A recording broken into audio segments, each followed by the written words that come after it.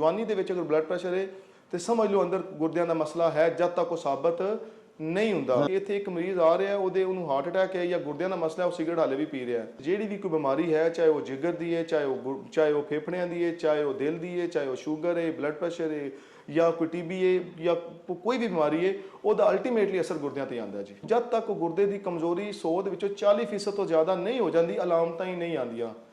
ਔਰ ਜਦੋਂ ਅਲਾਮਤਾਂ ਆਉਂਦੀਆਂ ਨੇ, ਉਦੋਂ ਜ਼ਿਆਦਾਤਰ ਮਰੀਜ਼ਾਂ ਦੀ ਬਿਮਾਰੀ ਇਲਾਜ ਦੀ ਸਟੇਜ ਤੋਂ ਅੱਗੇ ਜਾ ਚੁੱਕੀ ਹੁੰਦੀ ਹੈ। ਫਿਰ ਉਹ ਜਿਹੜੀ ਤਕਲੀਫ ਹੈ, ਉਹ ਮਿਜ਼ਰੀ ਹੈ, ਉਹ ਫਿਰ ਉਹ ਨਾਕਾਬਲੇ ਬਿਆਨ ਹੈ। ਕਿਉਂਕਿ ਮੈਂ ਜਿਹੜਾ ਦੱਸਣਾ ਚਾਹ ਰਿਹਾ ਕਿ ਇਹ ਜਿਹੜੀ ਗੁਰਦਿਆਂ ਦੀ ਬਿਮਾਰੀ ਹੈ ਨਾ, ਖੁਦਾਰਾ ਇਹ ਇੱਕ ਮਰੀਜ਼ ਨਹੀਂ ਜੀ, ਇਹ ਪੂਰੇ ਖਾਨਦਾਨ ਦੀ ਬਿਮਾਰੀ ਹੈ। ਗਵਰਨਮੈਂਟ ਆਫ ਪੰਜਾਬ ਨੇ ਬੜਾ ਅੱਛਾ ਇਹਦੇ ਵਿੱਚ ਵੀ ਰੋਲ ਅਦਾ ਕੀਤਾ ਹੈ। ਉਹਦੇ ਵਿੱਚ ਹੁਣ ਬੇਸ਼ੁਮਾਰ ਆਪਰੇਸ਼ਨ ਨੂੰ ਜਿਹੜੀ ਸਪੋਰਟ ਹੋਈ ਹੈ, ਮੈਂ ਤੁਹਾਨੂੰ ਦੱਸ ਨਹੀਂ ਸਕਦਾ। ਉਹਦੇ ਵਿੱਚ ਜਿਹੜਾ ਹੈਲਥ ਕਾਰਡ ਦੇ ਉੱਤੇ ਜਿਹੜਾ ਡਾਇਲਿਸਿਸ ਦੀ ਫੈਸਿਲਿਟੀ ਆ ਗਈ ਹੈ, ਉਹ ਗਵਰਨਮੈਂਟ ਬਹੁਤ ਅੱਛਾ ਸਪੋਰਟ ਕਰ ਰਹੀ ਹੈ ਉਹਦੇ ਵਿੱਚ। ਹੁਣ ਇੱਥੇ ਉੱਤੇ ਵੀ ਮੇਰੇ ਕੋਲ ਇੱਕ ਮਰੀਜ਼ ਦਾਖਲ ਹੈ ਜੀ, ਜਿਹੜਾ ਤੁਰਕੀ ਤੋਂ ਮੇਰੇ ਕੋਲ ਆਇਆ ਸੀ ਸਿੱਧਾ, ਔਰ ਉਹਦੇ ਹਾਲੇ ਗੁਰਦੇ ਦੀ ਰਿਪੋਰਟ ਖਰਾਬ ਹੋਈ, ਉੱਥੇ ਉਹਦਾ ਟੈਸਟ ਹੋਇਆ, ਉਹ ਸਿੱਧਾ ਆ ਗਿਆ। ਅਸੀਂ ਡਾਇਲਿਸਿਸ ਤੋਂ ਪਹਿਲਾਂ ਹੀ ਮੈਂ ਉਹਦਾ ਨਵਾਂ ਗੁਰਦਾ ਪਾ ਦਿੱਤਾ, ਗੁਰਦੇ ਦੀ ਪਾਬੰਦਕਾਰੀ ਕਹਿੰਦੇ, ਜਿਹਨੂੰ ਅਸੀਂ ਆਂਦੇ ਹਾਂ ਪ੍ਰੀਐਮਪਟਿਵ ਟ੍ਰਾਂਸਪਲਾਂਟ। ਡਾਇਲਿਸਿਸ ਤੋਂ ਜਾਣ ਤੋਂ ਪਹਿਲਾਂ ਹੀ ਤੁਸੀਂ ਉਹਨੂੰ ਨਵਾਂ ਗੁਰਦਾ ਪਾ ਦਿਓ। ਉਹਦੇ ਵਿੱਚ ਜਿਹੜੀ ਕੁਆਲਿਟੀ ਆਫ ਲਾਈਫ ਹੈ, ਉਹ ਤੁਸੀਂ ਕੰਪੇਅਰ ਹੀ ਨਹੀਂ ਕਰ ਸਕਦੇ। ਯਾਨੀ ਨਾ ਉਹਨੂੰ ਡਾਇਲਿਸਿਸ ਤੇ ਜਾਣਾ ਪਿਆ, ਨਾ ਉਹਨੂੰ ਉਹ ਮੈਂਟਲ ਟਰਾਮਾ, ਫਿਜ਼ੀਕਲ ਟਰਾਮਾ, ਔਰ ਨਾ ਉਹਦਾ ਪੈਸਿਆਂ ਨਾਲ ਉਹਨੂੰ ਨੁਕਸਾਨ ਹੋਇਆ ਉਸ ਤਰ੍ਹਾਂ। ਉਸ ਤੋਂ ਬਾਅਦ ਉਹ ਨਾਲ ਹੀ ਅਸੀਂ ਉਹਦਾ ਟ੍ਰਾਂਸਪਲਾਂਟ ਕੀਤਾ, ਤੇ ਉਹ ਜਿਹੜੀ ਰਿਕਵਰੀ ਹੈ, ਉਹ ਤੁਸੀਂ ਮੁਆਜ਼ਨਾ ਨਹੀਂ ਕਰ ਸਕਦੇ ਜਿਹੜਾ ਬੰਦਾ ਡਾਇਲਿਸਿਸ ਤੇ ਟੁਰ ਜੇ। ਤੁਹਾਡੀ ਗੱਲ ਨੂੰ ਜਿਹੜਾ ਐਂਡੋਰਸ ਕਰਦੇ ਹੋ, ਮੈਂ ਕਹਾਂਗਾ ਤੁਸੀਂ ਬੜਾ ਕੋਰ ਇਸ਼ੂ ਨੂੰ ਹਿੱਟ ਕੀਤਾ ਜੀ, ਕਿ ਇਹ ਜਿਹੜੀ ਹਕੀਮ ਹੋਮਿਓਪੈਥੀ ਦਵਾਈਆਂ ਜਿਹੜੀਆਂ ਬਗੈਰ ਨਾ ਤਜਰਬਾਕਾਰ, ਕਿਉਂਕਿ ਪ੍ਰੋਫੈਸ਼ਨ ਤੇ ਦੇਖੋ ਸਾਰੇ ਹੀ ਬੜੇ ਅੱਛੇ ਨੇ, ਉਹਦੇ ਵਿੱਚ ਵੀ ਐਸੇ ਗੋਹਰੇ ਨਾਇਆਬ ਨੇ ਜਿਨ੍ਹਾਂ ਨੂੰ ਤੁਸੀਂ ਰੱਦ ਨਹੀਂ ਕਰ ਸਕਦੇ। ਲੇਕਿਨ ਜਿਹੜੇ ਨਾ ਤਜਰਬਾਕਾਰ ਤਰੀਕੇ ਦੇ ਨਾਲ ਦਵਾਈ ਲਿੱਤੀ ਜਾਂਦੀ ਹੈ ਔਰ ਖਾਧੀ ਜਾਂਦੀ ਹੈ, ਉਹਦੇ ਨੁਕਸਾਨ ਬਹੁਤ ਜ਼ਿਆਦਾ ਗੁਰਦਿਆਂ ਤੇ ਆਉਂਦੇ ਨੇ। ਤੁਹਾਡੇ ਜ਼ਰੀਏ ਮੈਂ ਸਭ ਨੂੰ ਦੱਸਣਾ ਚਾਹੁੰਦਾ, ਜ਼ਿਆਦਾਤਰ ਮਰੀਜ਼ਾਂ ਦੀ ਜਿਹੜੀ ਸ਼ਰ੍ਹਾ ਜਾਂ ਮਵਾਦ ਹੈ ਗੁਰਦੇ ਦੇ ਅੰਦਰ, ਉਹ ਪੋਟਾਸ਼ੀਅਮ ਦੀ ਵਜ੍ਹਾ ਤੋਂ ਹੁੰਦੀ ਹੈ, ਨਾ ਕਿ ਉਹ ਗੁਰਦੇ ਦੀ ਬਿਮਾਰੀ ਦੀ ਆਪਣੀ ਵਜ੍ਹਾ ਤੋਂ ਹੁੰਦੀ ਹੈ। ਐਸੀ ਗ਼ਜ਼ਾ ਜਿਸ 'ਚ ਪੋਟਾਸ਼ੀਅਮ ਜ਼ਿਆਦਾ, ਅਸਾਂ ਉਹ ਨਹੀਂ ਖਾਣੀ। ਉਹ ਕਿਹੜੀ ਗ਼ਜ਼ਾ ਹੈ ਜੀ? ਉਹਦੇ 'ਚ ਕੇਲਾ, ਕਿੰਨੂ, ਮਾਲਟਾ, ਖਜੂਰ, ਖੁਸ਼ਕ ਮੇਵਾ ਜਾਤ ਔਰ ਡੱਬੇ ਦਾ ਜੂਸ ਹੈ ਜੀ। ਮੇਨ ਇਹ ਗ਼ਜ਼ਾਵਾਂ ਨੇ ਸਾਡੇ ਇੱਥੇ ਮੁਆਸ਼ਰੇ ਦੇ ਵਿੱਚ।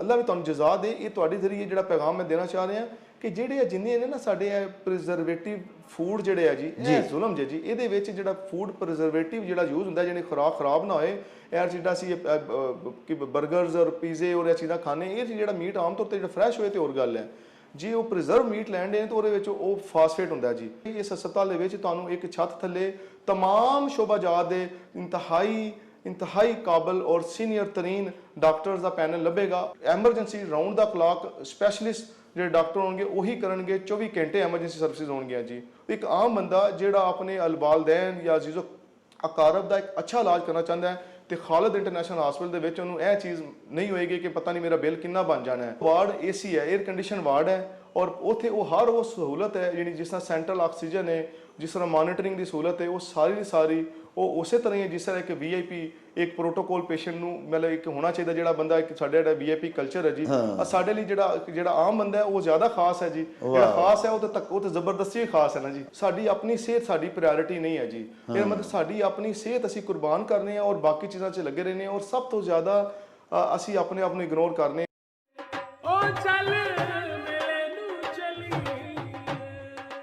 तेरी मां बोली है भी वाह, कखा वांग ना रोल पंजाबी, पढ़ पंजाबी, लिख पंजाबी, गैरतमंदा बोल पंजाबी। पंजाबी मिठियो देश पंजाब दे सारे रंग वेखण वास्ते हुणे ही मेला न्यूज़ TV सबसक्राइब करो ते फिर वेखो मेला।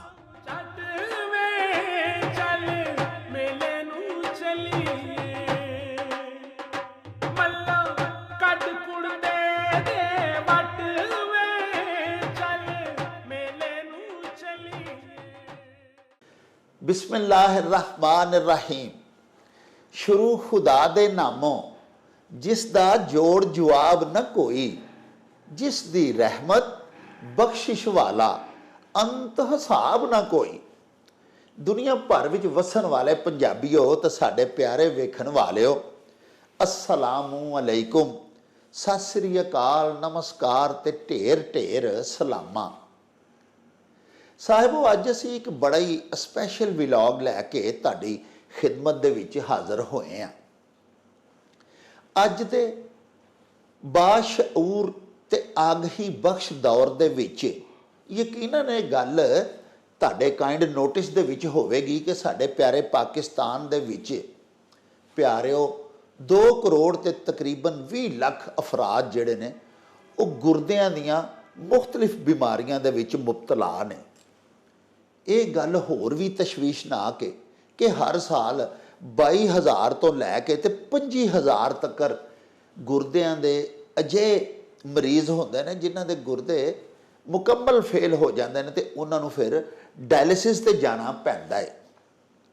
ਸਾਹਿਬੋ ਸਿਤਮ ਬਾਲਾਏ ਸਿਤਮ ਇਹ ਵੇ ਕਿ ਸਾਡੇ ਪਿਆਰੇ ਦੇਸ਼ ਦੇ ਵਿੱਚ 90% ਸ਼ਹਿਰੀ ਅਜਿਹੇ ਨੇ ਜਿਹੜੇ ਗੁਰਦਿਆਂ ਦੀਆਂ ਮੁxtਲਿਫ ਦਰਜਿਆਂ ਦੀਆਂ ਬਿਮਾਰੀਆਂ ਦੇ ਵਿੱਚ ਮੁਬਤਲਾ ਤੇ ਹੁੰਦੇ ਨੇ, ਲੇਕਿਨ ਉਹਨਾਂ ਨੂੰ ਇਲਮ ਹੀ ਨਹੀਂ ਹੁੰਦਾ ਕਿ ਉਹਨਾਂ ਦੇ ਗੁਰਦੇ ਜਿਹੜੇ ਨੇ ਉਹ ਖਰਾਬ ਹੋ ਰਹੇ ਨੇ।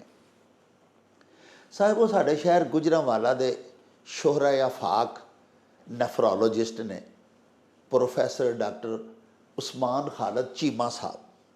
ਅੱਜ ਅਸੀਂ ਤੁਹਾਡੇ ਵਾਸਤੇ ਸਪੈਸ਼ਲ ਉਹਨਾਂ ਕੋਲੋਂ ਵਕਤ ਲਿਆ ਹੈ ਤਾਂ ਕਿ ਤੁਹਾਨੂੰ ਜਾਣਕਾਰੀ ਦਵਾ ਸਕੀਏ ਉਹਨਾਂ ਦੀ ਜ਼ੁਬਾਨੀ ਗੁਰਦਿਆਂ ਦੀ ਇਮਰਾਜ਼ ਬਾਰੇ, ਇਹਦੇ ਅਸਬਾਬ ਕੀ ਨੇ, ਇਹਦੀਆਂ ਅਲਾਮਤਾਂ ਕੀ ਹੁੰਦੀਆਂ ਨੇ ਔਰ ਇਹਦੇ ਤੋਂ ਅਸੀਂ ਕਿਸ ਤਰ੍ਹਾਂ ਬਚ ਸਕਨੇ ਹਾਂ, ਹਿਫਾਜ਼ਤੀ ਤਦਾਬੀਰ ਕੀ ਨੇ ਤੇ ਹੋਰ ਬਹੁਤ ਸਾਰੇ ਸਵਾਲਾਤ ਜਿਹੜੇ ਸਾਡੇ ਜ਼ਿਹਨਾਂ ਦੇ ਵਿੱਚ ਆਉਂਦੇ ਨੇ ਉਹ ਸਾਰੇ ਅਸੀਂ ਡਾਕਟਰ ਸਾਹਿਬ ਤੋਂ ਪੁੱਛਾਂਗੇ। ਆਓ ਤੁਹਾਨੂੰ ਮਿਲਵਾਈਏ ਡਾਕਟਰ ਉਸਮਾਨ ਖਾਲਦ ਚੀਮਾ ਸਾਹਿਬ ਹੋਰਾਂ ਦੇ ਨਾਲ। अस्सलाम वालेकुम डॉक्टर साहब। वालेकुम अस्सलाम व रहमतुल्लाहि व बरकातहू जी। डॉक्टर साहब सब तो पहले तो जनाब ਤੁਹਾਨੂੰ ਬੜੀ ਬੜੀ ਮੁਬਾਰਕ ਹੋਵੇ ਕਿ ਤੁਸੀਂ ਸਾਡੇ ਸ਼ਹਿਰ ਗੁਜਰਾਂਵਾਲਾ ਨੂੰ ਇੱਕ ਬੜਾ ਹੀ ਜਦੀਦ ਤਰੀਨ ਹਸਪੀਟਲ ਦਿੱਤਾ ਹੈ ਗੁਰਦਿਆਂ ਦੀ ਇਮਰਾਜ਼ ਦਾ, ਖਾਲਦ ਇੰਟਰਨੈਸ਼ਨਲ ਹਸਪੀਟਲ। ਇਹਦੇ ਵਿੱਚ ਮਾਸ਼ਾਅੱਲਾ ਸਾਡੇ ਵਕੂਫ ਦੇ ਮੁਤਾਬਕ ਸਾਰੇ ਤੁਸੀਂ ਇੰਪੋਰਟਡ ਇੰਸਟਰੂਮੈਂਟਸ ਬਲਕਿ ਅਮਰੀਕਨ ਸਾਰੇ ਜਿਹੜੇ ਨੇ ਉਹ ਲਗਾਏ ਨੇ ਤੇ ਇੱਕ ਜਦੀਦ ਤਰੀਨ ਗੁਜਰਾਂਵਾਲਾ ਦੇ ਸ਼ਹਿਰੀਆਂ ਦੀ ਖਿਦਮਤ ਦੇ ਵਾਸਤੇ ਉਹੀ ਤੁਹਾਡਾ ਜਿਹੜਾ ਸਾਰੀ ਜ਼ਿੰਦਗੀ ਦਾ ਜਜ਼ਬਾ ਹੈ ਖਿਦਮਤ ਖਲਕ ਹੈ ਉਹਨੂੰ ਪੇਸ਼ ਨਜ਼ਰ ਰੱਖਦੇ ਆਇਆ ਤੁਸੀਂ ਹਸਪਤਾਲ ਦਿੱਤਾ ਹੈ ਗੁਜਰਾਂਵਾਲਾ ਦੇ ਸ਼ਹਿਰੀਆਂ ਨੂੰ ਜਿਹੜੇ ਇੱਥੇ ਆਉਂਦੇ ਨੇ ਉਹਨਾਂ ਦੀ ਤੁਸੀਂ ਮਸੀਹਾਈ ਵੀ ਕਰਦੇ ਹੋ। ਗੁਜ਼ਾਰਿਸ਼ ਇਹ ਹੈ ਕਿ ਸਭ ਤੋਂ ਪਹਿਲੇ ਸਾਡੇ ਪਿਆਰੇ ਵੇਖਣ ਵਾਲਿਆਂ ਨੂੰ ਜ਼ਰਾ ਆਪਣਾ ਤਾਰਫ ਕਰਵਾਓ, ਕਿੱਥੇ ਤੁਸੀਂ ਜੰਮੇ ਪਲੇ, ਕਿਹੜਾ ਤੁਹਾਡਾ ਪਿੰਡ ਸੀ, ਕਿੱਥੇ ਤਾਲੀਮ ਹਾਸਲ ਕੀਤੀ, ਸਕੂਲਿੰਗ ਕਿੱਥੇ ਹੋਈ, ਕਾਲਜ, ਥੋੜਾ ਜਿਹਾ ਆਪਣਾ ਤਾਰਫ ਕਰਾਓ। ਬਿਲਕੁਲ ਅੱਲਾਹ ਰਬੁਲ ਇੱਜ਼ਤ ਦਾ ਖਾਸ ਫਜ਼ਲ ਔਰ ਕਰਮ ਹੀ ਹੈ ਜੀ ਕਿ ਜਿਹੜਾ ਇਨਸਾਨ ਕੋਈ ਵੀ ਕੋਸ਼ਿਸ਼ ਕਰ ਸਕਦਾ ਹੈ ਔਰ ਉਹਦੀ ਪਜ਼ੀਰਾਈ ਵੀ ਅੱਲਾਹ ਦੇ ਕੋਲ ਹੈ। ਅੱਲਾਹ ਔਰ ਅੱਲਾਹ ਦੇ ਫਜ਼ਲ ਦੇ ਨਾਲ, ਅੱਲਾਹ ਦੇ ਕਰਮ ਦੇ ਨਾਲ ਮੈਂ ਗੱਖੜ ਦੇ ਨਾਲ ਮੇਰਾ ਪਿੰਡ ਹੈ ਕੋਟ ਸਾਦੁੱਲਾ। ਮੇਰੇ ਵਾਲਿਦ ਸਾਹਿਬ ਜ਼ਿਮੀਦਾਰ ਸੀ ਔਰ ਮਤਲਬ ਕਿਸਾਨ ਸੀ, ਜ਼ਿਮੀਦਾਰ ਸੀ ਔਰ ਇੰਤਹਾਈ ਮਿਹਨਤੀ। ਅੱਲਾਹ ਪਾਕ ਉਹਨਾਂ ਦੀ ਮਗਫਰਤ ਫਰਮਾਏ। ਔਰ ਇਹ ਇੱਕ ਜਿਹੜਾ ਹਸਪੀਟਲ ਹੈ ਜਿਹੜਾ ਔਰ ਇਹ ਜਿਹੜਾ ਮੇਰਾ ਸਫ਼ਰ ਹੈ ਇਹ ਉਹਨਾਂ ਦੀ ਬੇਸਿਕਲੀ ਖਾਬ ਸੀ ਔਰ ਜਿਹੜੀ ਮੈਂ ਕਹਾਂਗਾ ਕਿ ਉਹਦੀ ਇਹ ਤਾਬੀਰ ਅੱਲਾਹ ਦੇ ਫਜ਼ਲ ਨਾਲ ਹੀ ਹੋਣ ਰਹੀ ਹੈ ਜੀ। ਔਰ ਮੈਂ ਛੋਟੀ ਜੀ ਗੱਲ ਹੈ ਕਿ ਜਿਵੇਂ ਮੈਂ ਹਾਲੇ ਬਿਲਕੁਲ ਛੋਟਾ ਸਾ ਮੈਟ੍ਰਿਕ ਦੇ ਵਿਸ਼ਾ ਤੋਂ ਮੇਰੇ ਵਾਲਿਦ ਸਾਹਿਬ ਉਦੋਂ ਹੀ ਮੈਨੂੰ ਡਾਕਟਰ ਕਹਿ ਕੇ ਬੁਲਾਉਂਦੇ ਸੀ। ਵਾਹ। ਔਰ ਮੈਨੂੰ ਸਮਝ ਨਹੀਂ ਸੀ ਆਉਂਦੀ ਕਿ ਮੈਨੂੰ ਕਿਉਂ ਕਹਿੰਦੇ ਨੇ, ਲੇਕਿਨ ਉਹ ਪਿਆਰ, ਉਹ ਬਾਂਡ ਇਹ ਹੀ ਮੈਨੂੰ ਡਾਕਟਰੀ ਵੱਲ ਲੈ ਕੇ ਆਇਆ ਜੀ। ਵੈਸੇ ਮੈਂ ਦੱਸ ਦੇਵਾਂ ਕਿ ਮੇਰੀ ਜਿਹੜੀ MBBS ਦੀ ਤਾਲੀਮ ਹੈ ਉਹ ਤੇ ਇਸਲਾਮਾਬਾਦ ਤੋਂ ਮੈਂ ਸ਼ਫਾ ਕਾਲਜ ਆਫ ਮੈਡੀਸਨ ਤੋਂ ਕੀਤੀ, ਮੇਰੀ ਸਪੈਸ਼ਲਾਈਜੇਸ਼ਨ ਵੀ ਉੱਥੇ ਹੀ। ਉਸ ਤੋਂ ਬਾਅਦ ਫਿਰ ਅਮਰੀਕਨ ਡਿਗਰੀ ਵੀ ਜੀ, ਬਾਕੀ ਕੁਆਲੀਫਿਕੇਸ਼ਨ ਵੀ। ਮੇਰਾ ਮੇਨ ਸ਼ੋਭਾ ਉਹ ਟ੍ਰਾਂਸਪਲਾਂਟ ਕਰਨਾ ਹੈ ਜੀ। ਮੈਂ ਹੁਣ ਵੀ ਅਲਹਮਦੁਲਿਲਾ ਨਾਲ ਟ੍ਰਾਂਸਪਲਾਂਟ ਵੀ ਕਰ ਰਹੇ ਹਾਂ ਔਰ ਇਸ ਹਸਪਤਾਲ ਦੇ ਵਿੱਚ ਵੀ ਅੱਲਾਹ ਦੇ ਰੱਬੁਲ ਇੱਜ਼ਤ ਦੇ ਫਜ਼ਲ ਦੇ ਨਾਲ ਅਸੀਂ ਗੁਰਦੇ ਦੀ ਪਾਬੰਦਕਾਰੀ ਵੀ ਸ਼ੁਰੂ ਕਰਾਂਗੇ ਅਨ ਕਰੀਬ। ਉਹਦੇ ਲਈ ਅਸੀਂ ਆਲਰੇਡੀ ਐਪਲੀਕੇਸ਼ਨ ਜੋ ਪੰਜਾਬ ਜੋ ਆਰਗਨ ਟ੍ਰਾਂਸਪਲਾਂਟ ਆਰਗਨ ਅਥਾਰਟੀ ਹੈ ਉਹਨੂੰ ਅਸੀਂ ਆਲਰੇਡੀ ਐਪਲੀਕੇਸ਼ਨ ਦੇ ਦਿੱਤੀ ਹੋਈ ਹੈ ਜੀ। ਉਹ ਇੱਕ ਪ੍ਰੋਸੈਸ ਹੈ ਜੀ, ਉਹ ਆਪਣਾ ਟਾਈਮ ਲਏਗਾ।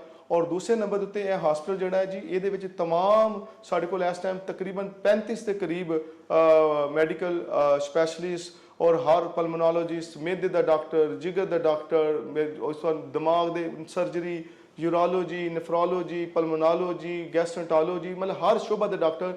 ਔਰ ਸਭ ਤੋਂ ਵੱਡੀ ਗੱਲ ਹੈ ਕਿ ਇੱਕ ਟਾਈਮ ਦੇ ਉੱਤੇ ਸਾਡੇ ਕੋਲ 3 ਪੀਰੀਅਡਸ ਦੇ ਡਾਕਟਰ ਨੇ ਜਿਨ੍ਹਾਂ ਨੇ ਟਾਈਮ ਡਿਵਾਈਡ ਹੈ ਤਾਂ ਕਿ ਜਦੋਂ ਵੀ ਕੋਈ ਬੱਚਾ ਆਏ ਉਹਨੂੰ ਸਪੈਸ਼ਲਿਸਟ ਹੀ ਵੇਖੇ। ਇਸੇ ਤਰ੍ਹਾਂ ਗਾਇਨੀ ਦੇ 4 ਡਾਕਟਰਸ ਨੇ ਜੀ ਤਾਂ ਕਿ ਅਗਰ ਕੋਈ ਪਰੇਸ਼ਾਨੀ ਹੋਏ ਤਾਂ ਇਹ ਨਹੀਂ ਕਿ ਡਾਕਟਰ ਅਵੇਲੇਬਲ ਨਹੀਂ ਹੈ ਜੀ। ਹਰ ਇੱਕ ਦਾ ਆਪਣਾ ਇੱਕ ਟਾਈਮ ਹੋਏਗਾ, ਉਹ ਟਾਈਮ ਦੇ ਮੁਤਾਬਕ ਇਹ ਬਿਹਤਰੀਨ ਰਹਿਨਮਾਈ ਮੁਹੱਈਆ ਹੋਏਗੀ। ਰਾਉਂਡ ਦਾ ਕਲਾਕ। ਔਰ ਸਭ ਤੋਂ ਵੱਡੀ ਗੱਲ ਹੈ ਜੀ ਇਸ ਹਸਪਤਾਲ ਦੀ ਜਿਹੜੀ ਖੂਬੀ ਹੈ ਕਿ ਇਹ ਐਮਰਜੈਂਸੀ ਰਾਉਂਡ ਦਾ ਕਲਾਕ ਸਪੈਸ਼ਲਿਸਟ ਜਿਹੜੇ ਡਾਕਟਰ ਹੋਣਗੇ ਉਹੀ ਕਰਨਗੇ। 24 ਘੰਟੇ ਐਮਰਜੈਂਸੀ ਸਰਵਿਸਿਜ਼ ਹੋਣਗੀਆਂ ਜੀ। ਔਰ ਉਹਦੇ ਵਿੱਚ ਤੁਸੀਂ ਅਗਰ ਹਸਪਤਾਲ ਦੇਖੋਗੇ ਤਾਂ ਤੁਹਾਨੂੰ ਇੱਕ ਡਿਫਰੈਂਟ ਡਿਜ਼ਾਈਨ ਨਜ਼ਰ ਆਏਗਾ ਜਿਹੜਾ ਤੁਹਾਨੂੰ ਗੁਜਰਾਂਵਾਲੇ 'ਚ ਜਾਂ ਈਵਨ ਮੈਂ ਬੜੀ ਜ਼ਿੰਮੇਦਾਰੀ ਨਾਲ ਕਹਿ ਸਕਦਾ ਮੈਂ ਲਾਹੌਰ ਵੀ ਤੁਹਾਨੂੰ ਨਜ਼ਰ ਨਹੀਂ ਆਏਗਾ। ਅਸੀਂ ਐਮਰਜੈਂਸੀ ਬਲਾਕ ਹੀ ਅਲੱਗਾ ਕਰ ਦਿੱਤਾ ਹੈ। ਡਾਇਲਿਸਿਸ ਦਾ ਯੂਨਿਟ ਜਿੰਨੇ ਹਸਪੀਟਲ ਹੁੰਦੇ ਨੇ ਉਹਨਾਂ ਅਸੀਂ ਡਾਇਲਿਸਿਸ ਦਾ ਯੂਨਿਟ ਰੱਖਿਆ ਹੋਇਆ ਤਾਂ ਕਿ ਸਫਾਈ ਸੁਥਰਾਈ ਚੀਜ਼ਾਂ ਇੱਕ ਅੱਛੀ ਮਿਆਰੀ ਸਹੂਲਤ ਮੁਹੱਈਆ ਕੀਤੀ ਜਾਏ ਹਰ ਖਾਸੋ ਆਮ ਨੂੰ। ਔਰ ਇਹਦੇ ਵਿੱਚ ਸਾਡਾ ਜਿਹੜਾ ਖਾਸ ਫੋਕਸ ਹੈ ਉਹ ਅਸੀਂ ਵਾਰਡ ਤੇ ਰੱਖਿਆ ਜੀ। ਵਾਰਡ ਤੱਕ ਕਿ ਇੱਕ ਬੰਦਾ ਜਿਹੜਾ ਇਲਾਜ ਕਰਾਉਣਾ ਤੇ ਜੀ ਹਰ ਇੱਕ ਸੁਨਨਤ ਵੀ ਹੈ ਤੇ ਦੂਜਾ ਹਰ ਇੱਕ ਦਾ ਦਿਲ ਕਰਦਾ ਕਿਹੜਾ ਵੇਖਣਾ ਚਾਹੁੰਦਾ ਹੈ ਕਿ ਸਾਡੇ ਲਾਇਕੀਨ ਦਾ ਅੱਛਾ ਇਲਾਜ ਨਾ ਹੋਏ। ਲੇਕਿਨ ਬਦਕਿਸਮਤੀ ਇਹ ਮੁਲਕ ਦੇ ਔਰ ਓਵਰਆਲ ਦੁਨੀਆ ਦੇ ਮੁਆਸ਼ੀ ਹਾਲਾਤ ਇਜਾਜ਼ਤ ਨਹੀਂ ਦਿੰਦੇ। ਉਸ ਸੂਰਤ ਦੇ ਵਿੱਚ ਇੱਕ ਐਸੀ ਸਹੂਲਤ ਜਿਹਦੇ ਵਿੱਚ ਇੱਕ ਆਮ ਬੰਦਾ मतलब मैं भी एक किसान का बेटा हूँ, एक आम बंदा ਜਿਹੜਾ ਆਪਣੇ ਵਾਲदैन ਜਾਂ ਅਜ਼ੀਜ਼ੋ ਅਕਾਰਬ ਦਾ ਇੱਕ ਅੱਛਾ ਇਲਾਜ ਕਰਨਾ ਚਾਹੁੰਦਾ ਹੈ ਤੇ ਖਾਲਦ ਇੰਟਰਨੈਸ਼ਨਲ ਹਸਪੀਟਲ ਦੇ ਵਿੱਚ ਉਹਨੂੰ ਇਹ ਚੀਜ਼ ਨਹੀਂ ਹੋਏਗੀ ਕਿ ਪਤਾ ਨਹੀਂ ਮੇਰਾ ਬਿੱਲ ਕਿੰਨਾ ਬਣ ਜਾਣਾ ਹੈ। ਉਹੀ ਮਿਆਰੀ ਸਹੂਲੀਅਤ ਜਿਹੜੀਆਂ ਲਾਹੌਰ ਕਿਸੇ ਅੱਛੇ ਹਸਪਤਾਲ 'ਚ ਹੋ ਸਕਦੀਆਂ ਉਹਨੂੰ ਇੱਥੇ ਮਿਲਣਗੀਆਂ ਵੀ ਔਰ ਅੱਲਾ ਦੇ ਫਜ਼ਲੋ ਕਰਮ ਨਾਲ ਇੱਜ਼ਤ ਦੇ ਨਾਲ ਖਲੂਸ ਦੇ ਨਾਲ ਪਿਆਰ ਨਾਲ ਮਿਲਣਗੀਆਂ ਔਰ ਉਹਦੇ ਲਈ ਮੈਂ ਸਭ ਦੀਆਂ ਦੁਆਵਾਂ ਦਾ ਵੀ ਤਲਬਗਾਰ ਹਾਂ। ਡਾਕਟਰ ਸਾਹਿਬ ਤੁਸੀਂ ਮਾਸ਼ਾਅੱਲਾ ਪੜ੍ਹਾ ਵੀ ਰਹੇ ਹੋ, ਗੁਜਰਾਂਵਾਲਾ ਮੈਡੀਕਲ ਕਾਲਜ ਵਿੱਚ ਵੀ ਤੁਸੀਂ ਲੈਕਚਰ ਦਿੰਦੇ ਹੋ ਜੀ। ਇਸ ਤੋਂ ਇਲਾਵਾ ਤੁਸੀਂ ਜਦੋਂ ਗੁਜਰਾਂਵਾਲਾ ਦਾ ਜਿਹੜਾ DHQ ਹਸਪੀਟਲ ਹੈ ਜੀ ਉਹਦੇ ਵਿੱਚ ਸਰਵਿਸਿਜ਼ ਦਿੰਦੇ ਸੋ ਉੱਥੇ ਵੀ ਤੁਸੀਂ ਟ੍ਰਾਂਸਪਲਾਂਟੇਸ਼ਨ ਕਰਦੇ ਰਹੇ ਗੁਰਦਿਆਂ ਦੀ ਜੀ। ਔਰ ਇੱਥੇ ਜਿਹੜਾ ਤੁਹਾਡਾ ਮੌਜੂਦਾ ਹਸਪਤਾਲ ਹੈ ਜਿਹੜਾ ਨਵਾਂ ਤੁਸੀਂ ਖੋਲ੍ਹਿਆ ਇਹਦੇ ਵਿੱਚ ਵੀ ਤੁਸੀਂ ਡਾਇਲਿਸਿਸ ਦਾ ਪੂਰਾ ਅਲੱਗਾ ਇੱਕ ਸ਼ੋਭਾ ਬਣਾਇਆ ਸਰ। ਤੁਸੀਂ ਜਿਵੇਂ ਦੱਸਿਆ ਕਿ ਬਿਲਕੁਲ ਮੈਂ ਹੁਣ ਵੀ ਜੀ ਇਸ ਟਾਈਮ ਹੀ ਮੈਂ ਐਜ਼ ਅਸਿਸਟੈਂਟ ਪ੍ਰੋਫੈਸਰ ਆਫ ਨਫਰੋਲੋਜੀ ਜੀ मैं गुजरांवाला मेडिकल कॉलेज दी मैं पार्ट ऑफ फैकल्टी हाँ जी। और जो जहाँ तक जो हमने सीखा है तो ये साडा हुण इखलाकी फर्ज है कि असीं अग्गों भी इहनूं सिखाईए। और जहाँ तक तल्लक है जी यस असी ट्रांसप्लांट किया जी हुण भी अनकरीब असी दुबारा सिविल हस्पताल भी रिज्यूम करने की कोशिश विच हाँ जी। और जितों तक तल्लक कि यह हस्पताल असी इत्थे थिएटर डिज़ाइन ही इस अंदाज से किए हैं कि असी जिद्दां ही गौरमेंट सानू इजाजत देंदी है मैं जिवें दस्सिया कि असी एप्लीकेशन ऑलरेडी कल दी मूव कर दी हुई है और जैसे ही गौरमेंट वालों इजाजत मिलती है जी तो असी इंशाअल्लाह इत्थे भी स्टार्ट करांगे। और जितों तक डायलिसिस का तल्लक है जी साडा जिहड़ा डायलिसिस यूनिट है 16 डायलिसिस ਦੀਆਂ ਮਸ਼ੀਨਾਂ ਦੀ ਸਹੂਲਤ ਹੈ ਜੀ। At time 16 bed the dialysis unit ਹੈ ਜਿਹੜਾ ਕਿ ਸਾਡੇ ਇੱਥੇ ਗੁਜਰਾਂਵਾਲੇ ਦੇ ਵਿੱਚ ਕੋਈ ਵੀ ਐਡਾ ਵੱਡਾ ਯੂਨਿਟ ਨਹੀਂ ਹੈ ਡਾਇਲਿਸਿਸ ਦਾ। ਜਿੱਥੇ ਐਮਰਜੈਂਸੀ ਦੇ ਅਸੀਂ ਬੈੱਡ ਵੱਖਰੇ ਰੱਖੇ ਹੈ ਕਿਉਂਕਿ ਪ੍ਰੋਬਲਮ ਆਉਂਦੀ ਹੈ ਕਿ ਮਰੀਜ਼ ਦੀ ਅਚਾਨਕ ਤਬੀਅਤ ਖਰਾਬ ਹੋਈ ਹੈ ਔਰ ਆਲਰੇਡੀ ਅਗਰ ਜਗ੍ਹਾ ਨਹੀਂ ਉਹ ਕਿੱਥੇ ਜਾਏ ਉਹਦੇ ਲਈ ਅਸੀਂ 4 ਬੈੱਡ ਐਲੋਕੇਟ ਅਲੱਗਾ ਕਰ ਦਿੱਤੇ ਨੇ ਤਾਂ ਕਿ ਇਨ ਕੇਸ ਆਫ ਐਮਰਜੈਂਸੀ ਮਰੀਜ਼ ਨੂੰ ਕਿਤੇ ਪਰੇਸ਼ਾਨੀ ਨਾ ਹੋਏ ਔਰ 24 ਘੰਟੇ ਉਹਦੇ ਲਈ ਅਸੀਂ ਉਹਦੀ ਖਿਦਮਤ ਲਈ ਹਾਜ਼ਰ ਹੋਈਏ। ਤੇ ਡਾਕਟਰ ਸਾਹਿਬ ਤੁਸੀਂ ਇੱਕ ਦਫਾ ਫਰਮਾਇਆ ਸੀ ਕਿ ਤੁਹਾਡੇ ਵਾਲਦ ਸਾਹਿਬ ਨੇ ਸਾਰੀ ਜ਼ਿੰਦਗੀ ਤੁਹਾਨੂੰ ਇਹ ਤਾਕੀਦ ਕੀਤੀ ਕਿ ਬੇਟਾ ਖਿਦਮਤ ਖਲਕ ਨੂੰ ਪੇਸ਼ੇ ਨਜ਼ਰ ਰੱਖਣਾ ਹੈ ਆਪਣੇ ਪੇਸ਼ੇ ਦੇ ਦੌਰਾਨ ਪੇਸ਼ਾਵਰਾਨਾ ਫਰਾਇਜ਼ ਸਰ ਅੰਜਾਮ ਦਿੰਦਿਆਂ ਹੋਇਆ। ਤੇ ਤੁਸੀਂ ਇੱਕ ਦਫਾ ਫਰਮਾਇਆ ਸੀ ਕਿ ਹਸਪੀਟਲ ਇੱਕ ਮੈਂ ਗੁਜਰਾਂਵਾਲਾ ਦੇ ਵਿੱਚ ਖੋਲਾਂਗਾ ਬੜਾ ਹੀ ਜਦੀਦ ਤਰੀਨ ਲੇਕਿਨ ਨਿਸਬਤਨ तमाम ਹਸਪਤਾਲਾਂ ਤੋਂ ਚਾਰਜਿਸ ਘੱਟ ਹੋਣਗੇ ਔਰ ਸਸਤਾ ਹੋਏਗਾ ਜੀ। क्या ਇਹ ਵੀ ਗੱਲ ਸਹੀ ਹੈ ਇੱਥੇ ਘੱਟ ਪੈਸੇ ਲੈ ਰਹੇ ਹੋ ਕਿ? ਬਿਲਕੁਲ ਤੁਸੀਂ ਠੀਕ ਫਰਮਾ ਰਹੇ ਹੋ ਔਰ ਮੈਂ ਇਹ ਕਹਾਂਗਾ ਕਿ ਤੁਸੀਂ ਇਹਦੀ ਖੁਦ ਵੀ ਦੇਖੋਗੇ ਤੁਸੀਂ ਔਰ ਆਉਣ ਵਾਲਾ ਵਕਤ ਖੁਦ ਵੀ ਅੱਲਾ ਦੇ ਫਜ਼ਲ ਦੇ ਨਾਲ ਇਹ ਖੁਦ ਜਦੋਂ ਗੱਲ ਅਵਾਮੁਲ ਨਾਸ ਦੇ ਉੱਤੇ ਹੋਏਗੀ ਜ਼ਬਾਨ ਜ਼ਦੇ ਆਮ ਹੋਏਗੀ ਤੇ ਫਿਰ ਗੱਲਾਂ ਖੁਦ ਹੀ ਕਲੀਅਰ ਹੋ ਜਾਣਗੀਆਂ। ਅਸੀਂ ਜੀ ਜਿਹੜਾ ਵਾਰਡ ਦੇ ਚਾਰजेस ਨੇ ਉਹ 4000 ਰੱਖਿਆ ਜੀ ਔਰ ਉਹ ਵਾਰਡ AC ਹੈ 에ਅਰ ਕੰਡੀਸ਼ਨ ਵਾਰਡ ਹੈ ਔਰ ਉੱਥੇ ਉਹ ਹਰ ਉਹ ਸਹੂਲਤ ਹੈ ਜਿਹੜੀ ਜਿਸ ਤਰ੍ਹਾਂ ਸੈਂਟਰਲ ਆਕਸੀਜਨ ਹੈ ਜਿਸ ਤਰ੍ਹਾਂ ਮੋਨੀਟਰਿੰਗ ਦੀ ਸਹੂਲਤ ਹੈ ਉਹ ਸਾਰੀ ਦੀ ਸਾਰੀ ਉਹ ਉਸੇ ਤਰ੍ਹਾਂ ਹੀ ਹੈ ਜਿਸ ਤਰ੍ਹਾਂ ਇੱਕ VIP ਇੱਕ ਪ੍ਰੋਟੋਕੋਲ ਪੇਸ਼ੈਂਟ ਨੂੰ ਮਤਲਬ ਇੱਕ ਹੋਣਾ ਚਾਹੀਦਾ ਜਿਹੜਾ ਬੰਦਾ ਇੱਕ ਸਾਡੇ ਜਿਹੜਾ VIP ਕਲਚਰ ਹੈ ਜੀ ਸਾਡੇ ਲਈ ਜਿਹੜਾ ਆਮ ਬੰਦਾ ਹੈ ਉਹ ਜ਼ਿਆਦਾ ਖਾਸ ਹੈ ਜੀ। ਜਿਹੜਾ ਖਾਸ ਹੈ ਉਹ ਤਾਂ ਜ਼ਬਰਦਸਤੀ ਖਾਸ ਹੈ ਨਾ ਜੀ। ਅੱਛਾ ਡਾਕਟਰ ਸਾਹਿਬ ਚੂੰਕਿ ਬਹੁਤ ਜ਼ਿਆਦਾ ਲੋਕ ਆ ਰਹੇ ਨੇ ਗੁਰਦੇ ਦੇ ਮਰਜ਼ ਦੇ ਵਿੱਚ ਮੁਬਤਲਾ ਹੋ ਕੇ ਤੁਹਾਡੇ ਹਸਪਤਾਲਾਂ ਦੇ ਵਿੱਚ ਸਰ ਤੇ ਡਾਕਟਰ ਸਾਹਿਬ ਇਹਦਾ ਕੀ ਵਜੂਹਾਤ ਕੀ ਨੇ ਪਹਿਲੇ ਤੇ ਥੋੜੇ ਜਿਹੇ ਅਸਬਾਬ ਦੱਸੋ ਨਾ ਸਾਡੇ ਵਿਊਅਰਸ ਨੂੰ ਜਾਣਕਾਰੀ ਮਿਲੇ। ਅੱਛਾ ਇਹ ਤੁਸੀਂ ਐਡਾ ਪਿਆਰਾ ਸਵਾਲ ਹੈ ਪੁੱਛਿਆ ਕਿਉਂਕਿ ਅਕਸਰ ਇਹ ਸਵਾਲ ਪੁੱਛਿਆ ਜਾਂਦਾ ਡਾਕਟਰ ਸਾਹਿਬ ਕੀ ਗੱਲ ਹੈ ਕਿਉਂ ਗੁਰਦੇ ਦੀ ਬਿਮਾਰੀ ਵੱਧ ਰਹੀ ਹੈ। ਬੜੀ ਤਕਲੀਫ ਦੇ ਨਾਲ ਇਹ ਕਹਿਣਾ ਪੈ ਰਿਹਾ ਕਿ ਅਸੀਂ ਆਪਣੀ ਹੈਲਥ ਸਾਡੀ ਜਿੰਨੀ ਵੀ ਅਸੀਂ ਸਭ ਮਤਲਬ ਉਹਦੇ 'ਚ ਅਸੀਂ ਵੀ ਸ਼ਾਮਲ ਹਾਂ ਸਾਡੀ ਆਪਣੀ ਸਿਹਤ ਸਾਡੀ ਪ੍ਰਾਇੋਰਟੀ ਨਹੀਂ ਹੈ ਜੀ। ਇਹ ਮਤਲਬ ਸਾਡੀ ਆਪਣੀ ਸਿਹਤ ਅਸੀਂ ਕੁਰਬਾਨ ਕਰਨੇ ਆ ਔਰ ਬਾਕੀ ਚੀਜ਼ਾਂ 'ਚ ਲੱਗੇ ਰਹਿੰਦੇ ਔਰ ਸਭ ਤੋਂ ਜ਼ਿਆਦਾ ਅਸੀਂ ਆਪਣੇ ਆਪ ਨੂੰ ਇਗਨੋਰ ਕਰਨੇ ਆ। ਜ਼ਾਹਿਰ ਹੈ ਜ਼ਰੂਰੀਆਤ ਜ਼ਿੰਦਗੀ ਦੀ ਭੱਜ-ਨੱਸ ਦੇ ਵਿੱਚ ਅਸੀਂ ਆਪਣੇ ਆਪ ਨੂੰ ਇਗਨੋਰ ਕਰਦੇ ਹਾਂ ਨਾ ਸਾਡਾ ਬਕਾਇਦਗੀ ਨਾਲ ਮੁਆਇਨਾ ਹੈ। ਔਰ ਸਭ ਤੋਂ ਵੱਡੀ ਗੱਲ ਜਿਹੜੀ ਤੁਸੀਂ ਕੀਤੀ ਹੈ ਅਗਰ ਕਿਸੇ ਨੂੰ ਸ਼ੂਗਰ ਹੈ ਉਹ ਸ਼ੂਗਰ ਦੀ ਦਵਾਈ ਨਹੀਂ ਲੈ ਰਿਹਾ ਬਲੱਡ ਪ੍ਰੈਸ਼ਰ ਹੈ ਉਹਦੀ ਦਵਾਈ ਨਹੀਂ ਲੈ ਰਿਹਾ ਬਕਾਇਦਗੀ ਨਾਲ ਚੈੱਕ ਨਹੀਂ ਕਰ ਰਿਹਾ ਕਦੀ ਦਵਾਈ ਖਾ ਲਈ ਕਦੀ ਨਾ ਖਵਾਈ ਫਿਰ ਦਰਦਾਂ ਦੀਆਂ ਗੋਲੀਆਂ ਦਾ ਬੇਜਾ ਖੁਦ ਸਾਖਤਾ ਇਸਤੇਮਾਲ ਜਿਹੜਾ ਹਾਂਜੀ। ਇੱਕ ਦਫਾ ਕਿਸੇ ਡਾਕਟਰ ਨੇ ਦਵਾਈ ਲਿਖ ਦਿੱਤੀ, ਅਸੀਂ ਹੁਣ ਲਿਖ ਲਿਆ ਕਿ ਉਹਨਾਂ ਫਰਕ ਪੈ ਗਿਆ ਸੀ, ਉਹ ਇਹ ਨਹੀਂ ਪਤਾ ਕਿ ਕਿਉਂ ਪੈ ਗਿਆ। ਫਿਰ ਡਾਕਟਰੀ ਦਰਦਾਂ ਦੀ ਦਵਾਈਆਂ, ਹਕੀਮਾਂ ਦੀਆਂ ਦਵਾਈਆਂ ਜਿਹੜੀਆਂ ਬਗੈਰ ਸਮਝ ਤੋਂ ਦਿੱਤੀਆਂ ਗਈਆਂ ਨੇ। ਔਰ ਕੋਈ ਵੀ ਪ੍ਰੋਫੈਸ਼ਨ ਜੀ ਉਹ ਮਾੜਾ ਨਹੀਂ, ਲੇਕਿਨ ਉਹਦੇ ਵਿੱਚ ਬਕਾਇਦਾ ਤਸ਼ਖੀਸ ਤੋਂ ਬਾਅਦ ਇਲਾਜ ਜ਼ਿਆਦਾ ਜ਼ਰੂਰੀ ਹੈ। ਫਿਰ ਉਸ ਤੋਂ ਇਲਾਵਾ ਜਿਹੜੀ ਖਾਸ ਤੌਰ ਤੇ ਯੰਗ ਬੱਚਿਆਂ ਦੇ ਵਿੱਚ ਜਿਹੜੀ ਬਲੱਡ ਪ੍ਰੈਸ਼ਰ ਜਦੋਂ ਹੁੰਦਾ ਉਦੋਂ ਸਮਝ ਲੈਣਾ ਚਾਹੀਦਾ। ਮੈਂ ਅਕਸਰ ਕਹਿੰਦਾ ਕਿ ਉਦੋਂ ਸਮਝ ਲਓ ਕਿ ਅਗਰ ਜਵਾਨੀ ਦੇ ਵਿੱਚ ਅਗਰ ਬਲੱਡ ਪ੍ਰੈਸ਼ਰ ਹੈ ਤੇ ਸਮਝ ਲਓ ਅੰਦਰ ਗੁਰਦਿਆਂ ਦਾ ਮਸਲਾ ਹੈ, ਜਦ ਤੱਕ ਉਹ ਸਾਬਤ ਨਹੀਂ ਹੁੰਦਾ। ਔਰ ਇਸੇ ਤਰ੍ਹਾਂ ਜਿਹੜੀ ਬਾਕੀ ਜਿਹੜੀ ਸਾਡੀ ਓਵਰਆਲ ਜਿਹੜਾ ਰਹਿਣ ਸਹਿਣ ਉਹ ਅੱਛਾ ਨਹੀਂ, ਵਜ਼ਨ ਦੀ ਪਰਵਾਹ ਨਹੀਂ, ਤਲੀਆਂ ਚੀਜ਼ਾਂ, ਚਕਨਾਈ ਵਾਲੀ ਚੀਜ਼ਾਂ, ਬਿਕਲੀ ਚੀਜ਼ਾਂ ਦੀ ਪਰਵਾਹ ਨਹੀਂ, ਮਤਲਬ ਆਪਣੀ ਕੇਅਰ ਕੋਈ ਨਹੀਂ ਹੈ। ਯਾਨੀ ਲਾਈਫ ਸਟਾਈਲ ਜਿਹੜਾ ਉਹ ਵੀ ਇੱਕ ਸਬਬ ਹੈ, ਬਹੁਤ ਵੱਡਾ ਸਬਬ ਹੈ ਜੀ। ਮਤਲਬ ਇੱਥੇ ਤੁਸੀਂ ਦੇਖੋਗੇ ਕਿ ਤੁਸੀਂ ਜਿਹੜਾ ਇਸ਼ੂ ਹਾਈਲਾਈਟ ਕੀਤਾ ਬੜਾ ਇੰਪੋਰਟੈਂਟ ਹੈ ਕਿ ਇੱਥੇ ਇੱਕ ਮਰੀਜ਼ ਆ ਰਿਹਾ, ਉਹਨੂੰ ਹਾਰਟ ਅਟੈਕ ਹੈ ਜਾਂ ਗੁਰਦਿਆਂ ਦਾ ਮਸਲਾ, ਉਹ ਸਿਗਰਟ ਹਾਲੇ ਵੀ ਪੀ ਰਿਹਾ ਹੈ। ਤਾਂ ਇਹ ਲਾਈਫ ਸਟਾਈਲ ਦੇ ਵਿੱਚ ਹੀ ਆਉਂਦਾ ਹੈ। weight ਰਿਡਕਸ਼ਨ ਕਰਨਾ, ਵਾਕ ਕਰਨਾ, ਸਾਫ ਸੁਥਰਾ ਖਾਣਾ, ਸਿਗਰਟ ਨੋਸ਼ੀ ਨੂੰ ਤੋਂ ਪਰਹੇਜ਼ ਕਰਨਾ, ਇਹ ਸਾਰੀਆਂ ਚੀਜ਼ਾਂ ਨੇ, ਲੇਕਿਨ ਅਸੀਂ ਨਹੀਂ ਕਰਦੇ। ਤੇ ਸਾਦਾ ਅਲਫਾਜ਼ ਦੇ ਵਿੱਚ ਜਿਹੜੀ ਵੀ ਕੋਈ ਬਿਮਾਰੀ ਹੈ, ਚਾਹੇ ਉਹ ਜਿਗਰ ਦੀ ਹੈ, ਚਾਹੇ ਉਹ ਫੇਫੜਿਆਂ ਦੀ ਹੈ, ਚਾਹੇ ਉਹ ਦਿਲ ਦੀ ਹੈ, ਚਾਹੇ ਉਹ ਸ਼ੂਗਰ ਹੈ, ਬਲੱਡ ਪ੍ਰੈਸ਼ਰ ਹੈ, ਜਾਂ ਕੋਈ TB ਹੈ, ਜਾਂ ਕੋਈ ਵੀ ਬਿਮਾਰੀ ਹੈ, ਉਹਦਾ ਅਲਟੀਮੇਟਲੀ ਅਸਰ ਗੁਰਦਿਆਂ ਤੇ ਆਉਂਦਾ ਜੀ। ਤੇ ਉਹਦੇ ਲਈ ਜ਼ਰੂਰੀ ਹੈ ਕਿ ਜਿਹੜੀ ਬਿਮਾਰੀ ਹੈ ਉਹਨੂੰ ਖੁਦਾਰਾ ਉਹਨੂੰ ਸੀਰੀਅਸ ਲਿੱਤਾ ਜਾਏ। ਔਰ ਦੂਸਰਾ ਇੱਕ ਬੜੀ ਵੱਡੀ ਗੱਲ ਹੈ ਕਿ ਗੁਰਦੇ ਸ਼ੁਰੂ ਦੇ ਵਿੱਚ ਜਦੋਂ ਕਮਜ਼ੋਰ ਹੁੰਦੇ ਆ ਜੀ, ਤੇ ਉਹਦੀ ਆਪਣੀ ਕੋਈ ਅਲਾਮਤ ਨਹੀਂ ਜੇ ਹੁੰਦੀ। ਉਹ ਸਭ ਤੋਂ ਵੱਡਾ ਮਰੀਜ਼ ਦਾ ਨੁਕਸਾਨ ਵੀ ਇਹੀ ਹੁੰਦਾ ਹੈ। ਸਾਡੇ ਬਦਕਿਸਮਤੀ ਨਾਲ ਜਿਹੜੇ ਜ਼ਿਆਦਾਤਰ ਜਿਹੜੇ ਸਾਡੇ ਮਤਲਬ ਮੈਂ ਕਿਸੇ ਨੂੰ ਜ਼ਾਹਿਰ ਕਰ ਨਹੀਂ ਸਕਦਾ, ਲੇਕਿਨ ਜਿਹੜੇ ਸਾਡੇ ਚੈੱਕਅਪ ਕਰਦੇ ਨੇ, ਸਾਡੇ ਜਿਹੜੇ ਹੈਲਥ ਪ੍ਰੋਫੈਸ਼ਨਲਸ ਨੇ, ਉਹਦੇ 'ਚ ਸਾਰੇ ਆਉਂਦੇ ਨੇ। ਉਹਨਾਂ ਕੋਲ ਵੀ ਮੇਰੀ ਰਿਕੁਐਸਟ ਹੈ ਕਿ ਜਦੋਂ ਕਿਸੇ ਜਵਾਨ ਬੰਦੇ ਦਾ ਬਲੱਡ ਪ੍ਰੈਸ਼ਰ ਹਾਈ ਹੋਏ ਤਾਂ ਗੁਰਦਿਆਂ ਦਾ ਟੈਸਟ ਜ਼ਰੂਰ ਕਰਾਓ। 2 ਟੈਸਟ ਨੇ ਜੀ, ਇੱਕ ਕ੍ਰੈਟਿਨਿਨ ਜਿਹਨੂੰ RFT ਕਹਿੰਦੇ ਔਰ ਇੱਕ ਯੂਰਿਨਰੀ ਰਿਪੋਰਟ। ਉਹਦੇ ਵਿੱਚ ਹੀ ਸਾਰੀ ਪਿਕਚਰ ਕਲੀਅਰ ਹੋ ਸਕਦੀ ਹੈ। ਔਰ ਜਿਹੜੀ ਬਿਮਾਰੀ ਸ਼ੁਰੂ 'ਚ ਫੜੀ ਜਾਏ ਉਹ ਤੁਸੀਂ ਉਹਨੂੰ ਬਾਅਦ ਕਵਰ ਨਹੀਂ ਕਰ ਸਕਦੇ। ਇਸੇ ਤਰ੍ਹਾਂ ਅਸੀਂ ਜਦੋਂ ਕਮਜ਼ੋਰ ਹੁੰਦਾ ਹੈ ਤੇ ਜਦ ਤੱਕ ਗੁਰਦੇ ਦੀ ਕਮਜ਼ੋਰੀ 100 ਦੇ ਵਿੱਚੋਂ 40% ਤੋਂ ਜ਼ਿਆਦਾ ਨਹੀਂ ਹੋ ਜਾਂਦੀ, ਅਲਾਮਤਾਂ ਹੀ ਨਹੀਂ ਆਉਂਦੀਆਂ। ਔਰ ਜਦੋਂ ਅਲਾਮਤਾਂ ਆਉਂਦੀਆਂ ਨੇ ਉਦੋਂ ਜ਼ਿਆਦਾਤਰ ਮਰੀਜ਼ਾਂ ਦੀ ਬਿਮਾਰੀ ਇਲਾਜ ਦੀ ਸਟੇਜ ਤੋਂ ਅੱਗੇ ਜਾ ਚੁੱਕੀ ਹੁੰਦੀ ਹੈ। ਫਿਰ ਉਹ ਜਿਹੜੀ ਤਕਲੀਫ ਹੈ, ਉਹ ਮਿਜ਼ਰੀ ਹੈ, ਉਹ ਫਿਰ ਉਹ ਨਾਕਾਬਲੇ ਬਿਆਨ ਹੈ। ਕਿਉਂਕਿ ਮੈਂ ਜਿਹੜਾ ਦੱਸਣਾ ਚਾਹ ਰਿਹਾ ਕਿ ਇਹ ਜਿਹੜੀ ਗੁਰਦਿਆਂ ਦੀ ਬਿਮਾਰੀ ਹੈ ਨਾ, ਖੁਦਾਰਾ ਇਹ ਇੱਕ ਮਰੀਜ਼ ਨਹੀਂ ਜੀ, ਇਹ ਪੂਰੇ ਖਾਨਦਾਨ ਦੀ ਬਿਮਾਰੀ ਹੈ। ਅੱਜ ਦੇ ਦੌਰ 'ਚ ਇਲਾਜ ਕਰਾਉਣਾ ਬਹੁਤ ਮਹਿੰਗਾ ਹੈ, ਕਿਉਂਕਿ ਇੱਕ ਮਸਲਸਲ ਹੈ। ਫਿਰ ਜਦੋਂ ਗੱਲ ਆਉਂਦੀ ਹੈ ਡਾਇਲਿਸਿਸ ਦੀ, ਉਦੋਂ ਵੀ ਅਸੀਂ ਡਾਇਲਿਸਿਸ ਨੂੰ ਇਲਾਜ ਨਹੀਂ ਕੰਸੀਡਰ ਕਰਦੇ। ਉਦੋਂ ਅਸੀਂ ਡਰਦੇ ਰਹਿੰਦੇ ਹਾਂ, ਖੌਫ ਖਾਂਦੇ ਰਹਿੰਦੇ ਹਾਂ। ਅੱਲਾਹ ਰੱਬੁਲ ਇੱਜ਼ਤ ਹਿੰਮਤ ਹੌਸਲਾ ਦੇ, ਉਹ ਡਾਇਲਿਸਿਸ ਜੀ ਸ਼ੁਰੂ ਹੋ ਜਾਏਗਾ, ਅੱਛਾ ਫਿਰ ਹੁੰਦਾ ਰਹੇਗਾ ਜੀ, ਉਹ ਫਿਰ ਹਫ਼ਤੇ 2 ਦਫਾ ਹੋਏਗਾ। ਹੁਣ ਇੱਕ ਚੀਜ਼ ਮੈਂ ਦੱਸਾਂਗਾ ਜੀ, ਹੁਣ ਗਵਰਨਮੈਂਟ ਆਫ ਪੰਜਾਬ ਨੇ ਬੜਾ ਅੱਛਾ ਇਹਦੇ ਵਿੱਚ ਵੀ ਰੋਲ ਅਦਾ ਕੀਤਾ ਹੈ। ਉਹਦੇ ਵਿੱਚ ਹੁਣ ਬੇਸ਼ੁਮਾਰ ਆਪਰੇਸ਼ਨ ਨੂੰ ਜਿਹੜੀ ਸਪੋਰਟ ਹੋਈ ਹੈ, ਮੈਂ ਤੁਹਾਨੂੰ ਦੱਸ ਨਹੀਂ ਸਕਦਾ। ਉਹਦੇ ਵਿੱਚ ਜਿਹੜਾ ਹੈਲਥ ਕਾਰਡ ਦੇ ਉੱਤੇ ਜਿਹੜਾ ਡਾਇਲਿਸਿਸ ਦੀ ਫੈਸਿਲਿਟੀ ਆ ਗਈ ਹੈ, ਉਹ ਗਵਰਨਮੈਂਟ ਬਹੁਤ ਅੱਛਾ ਸਪੋਰਟ ਕਰ ਰਹੀ ਹੈ ਉਹਦੇ ਵਿੱਚ। ਤੇ ਬੜੇ ਖਾਨਦਾਨ ਜਿਹੜੇ ਪਹਿਲਾਂ ਡਰਦੇ ਸੀ ਕਿ ਜੀ ਸ਼ੁਰੂ ਤੇ ਕਰਾ ਲਾਂਗੇ ਤੇ ਉਦੋਂ ਬਾਅਦ ਕੀ ਕਰਾਂਗੇ, ਉਦੋਂ ਬਾਅਦ ਕਿੱਥੇ ਜਾਵਾਂਗੇ, ਉਦੋਂ ਬਾਅਦ ਤੇ ਸਾਡੇ ਕੋਲ ਪੈਸੇ ਕੋਈ ਨਹੀਂ, ਉਹ ਹੁਣ ਮਸਲਾ ਮੈਂ ਦੱਸਾਂ ਬੜੇ ਹੱਦ ਤੱਕ ਕਵਰ ਹੋ ਗਿਆ ਜੀ। ਵੱਡੇ ਹਸਪਤਾਲ ਵੀ ਜਿਹੜੇ ਨੇ ਉਹ ਜਿਹੜਾ ਨਾ ਉਹ ਕਾਰਡ ਦੇ ਉੱਤੇ ਡਾਇਲਿਸਿਸ ਦੀ ਫੈਸਿਲਿਟੀ ਲੈ ਰਹੇ ਨੇ ਔਰ ਕਰਾ ਰਹੇ ਨੇ ਔਰ ਅੱਛੀ ਸਹੂਲੀਅਤ ਦੇ ਰਹੇ ਨੇ। ਤੇ ਮੈਂ ਆਈ ਮਸਟ ਸੇ ਕਿ ਇਹ ਬੜਾ ਵੱਡਾ ਮੈਡਮ ਮਰੀਮ ਨਵਾਜ਼ ਦਾ ਇਕਦਾਮ ਹੈ, ਜਿਹਨੂੰ ਉਹ ਬੜੀ ਜਜ਼ਬੇ ਦੇ ਨਾਲ ਲੈ ਕੇ ਚੱਲ ਰਹੇ ਨੇ। ਔਰ ਇਹਨੂੰ ਜਿੰਨਾ ਕੋਈ ਐਪਰੀਸ਼ੀਏਟ ਕੀਤਾ ਜਾਏ, ਅਸੀਂ ਨੈਗੇਟਿਵ ਕ੍ਰਿਟਿਸਿਜ਼ਮ ਤੇ ਕਰਨੇ ਆ, ਤੇ ਪੋਜ਼ਿਟਿਵ ਵੀ ਹੋਣੀ ਚਾਹੀਦੀ ਹੈ। ਔਰ ਉਹਦੇ ਵਿੱਚ ਹੁਣ ਇਹ ਜਿਹੜੀ ਇੰਪੋਰਟੈਂਟ ਚੀਜ਼ ਹੈ ਕਿ ਅਸੀਂ ਜਦੋਂ ਇਹ ਡਾਇਲਿਸਿਸ ਦੀ ਲੋੜ ਹੋਏ ਤੇ ਉਦੋਂ ਉਹਨੂੰ ਵੀ ਇਲਾਜ ਸਮਝਿਆ ਜਾਏ ਜੀ। ਔਰ ਉਦੋਂ ਪਹਿਲਾਂ ਇੱਕ ਖਾਸ ਗੱਲ, ਖਾਸ ਤੌਰ ਤੇ ਯੰਗ ਜਿਹੜੇ ਜੀ ਨੇ, ਉਹਨਾਂ ਲਈ ਕਿ ਖੁਦਾਰਾ ਟ੍ਰਾਂਸਪਲਾਂਟ ਨੂੰ ਵੀ ਇਲਾਜ ਸਮਝਿਆ ਜਾਏ।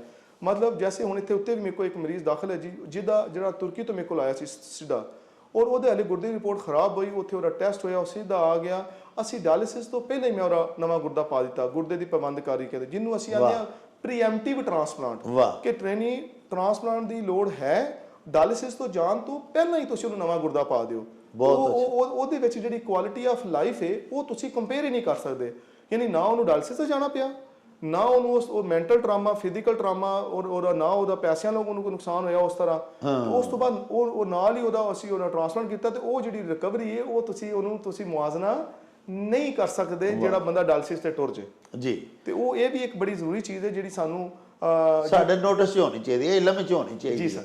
ਅੱਛਾ ਡਾਕਟਰ ਸਾਹਿਬ ਇਹ ਦੱਸੋ, ਸਰ ਕਹਿੰਦੇ ਨੇ ਕਿ ਬਹੁਤ ਜ਼ਿਆਦਾ ਦੇਰ ਪਿਸ਼ਾਬ ਨੂੰ ਰੋਕਣਾ ਵੀ ਨਹੀਂ ਚਾਹੀਦਾ, ਜਾਂ ਇਹ ਵੀ ਸਾਡੇ ਕਈ ਦੋਸਤ ਕਹਿੰਦੇ ਨੇ ਕਿ ਜਿਵੇਂ ਕੋਈ ਮਰਦਾਨਾ ਕਮਜ਼ੋਰੀ ਦੀਆਂ, ਜਿਨਸੀ ਕਮਜ਼ੋਰੀ ਦੀਆਂ ਜਿਹੜੀਆਂ ਅਦਵਿਆਤ ਲੋਕ ਖਾਂਦੇ ਨੇ ਬਗੈਰ ਕਿਸੇ ਡਾਕਟਰ ਨੂੰ ਪੁੱਛਿਓ, ਜੀ ਕਿਆ ਇਹ ਵੀ ਗੁਰਦਿਆਂ ਦਾ ਇਫੈਕਟ ਕਰਦੀਆਂ? ਤੁਹਾਡੀ ਗੱਲ ਨੂੰ ਜਿਹੜਾ ਐਂਡੋਰਸ ਕਰਦੇ ਹਾਂ, ਮੈਂ ਕਹਾਂਗਾ ਤੁਸੀਂ ਬੜਾ ਕੋਰ ਇਸ਼ੂ ਨੂੰ ਹਿੱਟ ਕੀਤਾ ਜੀ ਕਿ ਇਹ ਜਿਹੜੀ ਹਕੀਮ ਹੋਮਿਓਪੈਥੀ ਦਵਾਈਆਂ ਜਿਹੜੀਆਂ ਬਗੈਰ ਨਾ ਤਜਰਬਾਕਾਰ, ਕਿਉਂਕਿ ਪ੍ਰੋਫੈਸ਼ਨ ਤੇ ਦੇਖੋ ਸਾਰੇ ਹੀ ਬੜੇ ਅੱਛੇ ਨੇ, ਉਹਦੇ ਵਿੱਚ ਵੀ ਐਸੇ ਗੋਹਰੇ ਨਾਇਆਬ ਨੇ ਜਿਨ੍ਹਾਂ ਨੂੰ ਤੁਸੀਂ ਰੱਦ ਨਹੀਂ ਕਰ ਸਕਦੇ, ਲੇਕਿਨ ਜਿਹੜੇ ਨਾ ਤਜਰਬਾਕਾਰ ਤਰੀਕੇ ਦੇ ਨਾਲ ਦਵਾਈ ਲਿੱਤੀ ਜਾਂਦੀ ਹੈ ਔਰ ਖਾਧੀ ਜਾਂਦੀ ਹੈ, ਉਹਦੇ ਨੁਕਸਾਨ ਬਹੁਤ ਜ਼ਿਆਦਾ ਗੁਰਦਿਆਂ ਤੇ ਆਉਂਦੇ ਨੇ। ਅੱਛਾ ਡਾਕਟਰ ਸਾਹਿਬ, ਇਹ ਮਿਹਰਬਾਨੀ ਫਰਮਾਓ ਕਿ ਇਹ ਦੱਸੋ ਕਿ ਅਲਾਮਤ ਸ਼ੁਰੂ ਵਿੱਚ ਕੁਝ ਸਿੰਪਟਮਸ ਤੇ ਹੁੰਦੀਆਂ ਹੋਣਗੀਆਂ ਨਾ ਬਿਲਕੁਲ ਜੀ ਪੇਸ਼ੈਂਟ ਨੂੰ ਕੀ? ਜੀ ਬਿਲਕੁਲ। ਅੱਛਾ ਦੇਖ, ਇਹ ਨਾ ਹੁਣ ਬੜਾ ਇੱਕ ਕਿਉਂਕਿ ਗੁਰਦੇ ਦੀ ਬਿਮਾਰੀ ਦੀ ਗੁਰਦੇ ਦੇ ਮੁxtਲਿਫ ਹਿੱਸੇ ਹੁੰਦੇ ਨੇ, ਤੇ ਮੁxtਲਿਫ ਹਿੱਸੇ ਜਦੋਂ ਮੁਤਾਸਰ ਹੁੰਦੇ ਨੇ ਤੇ ਹਰ ਹਿੱਸੇ ਦੀ ਆਪਣੀ ਕੋਈ ਅਲਾਮਤ ਹੁੰਦੀ ਹੈ, ਲੇਕਿਨ ਇਹਨਾਂ ਨਟ ਸ਼ੈਲ ਜਿਹੜਾ ਹੈ ਨਾ, ਉਹ ਜਦੋਂ ਗੁਰਦਾ ਜਿਹੜੇ ਕੰਮ ਕਰਦਾ ਹੈ ਉਹ ਕੰਮ ਨਹੀਂ ਕਰੇਗਾ, ਉਹ ਜਿੰਨਾ ਜ਼ਿਆਦਾ ਘੱਟ ਨਹੀਂ ਕਰੇਗਾ ਉਹੋ ਜਿਹੀਆਂ ਅਲਾਮਤਾਂ ਆਉਣਗੀਆਂ।